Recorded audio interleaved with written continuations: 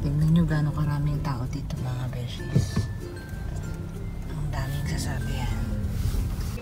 Hi guys! Nandito kami ngayon sa War Eagle Mill Fair, Arts and Crafts Fair.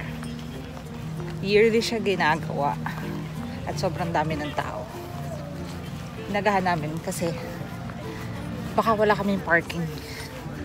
Yun, ang dami ng tao. Tingnan nyo.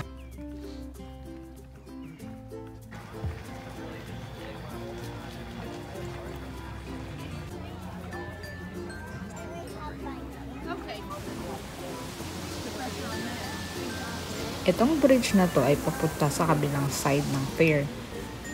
Maraming vendors ang makikita or located pa sa kabilang side, so doon na muna kami nagpunta. Since magpapasko na, marami sa mga tinitinda rito ay Christmas decorations. Marami ring decorations for yards or lawn na makikita dito. Katulad ng mga to.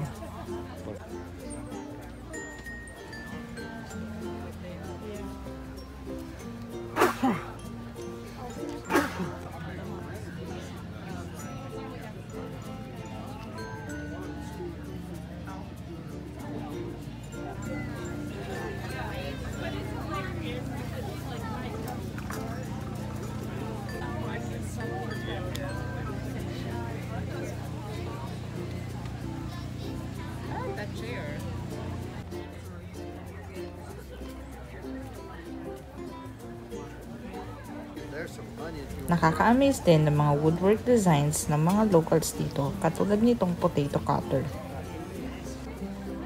Meron ring mga original designs ng mga ceramics by the locals.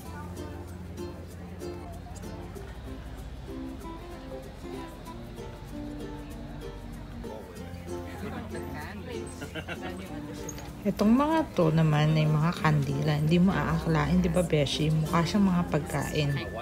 And from milk tea, meron silang mga cocktails, mga cereals, pero lahat yan kandila.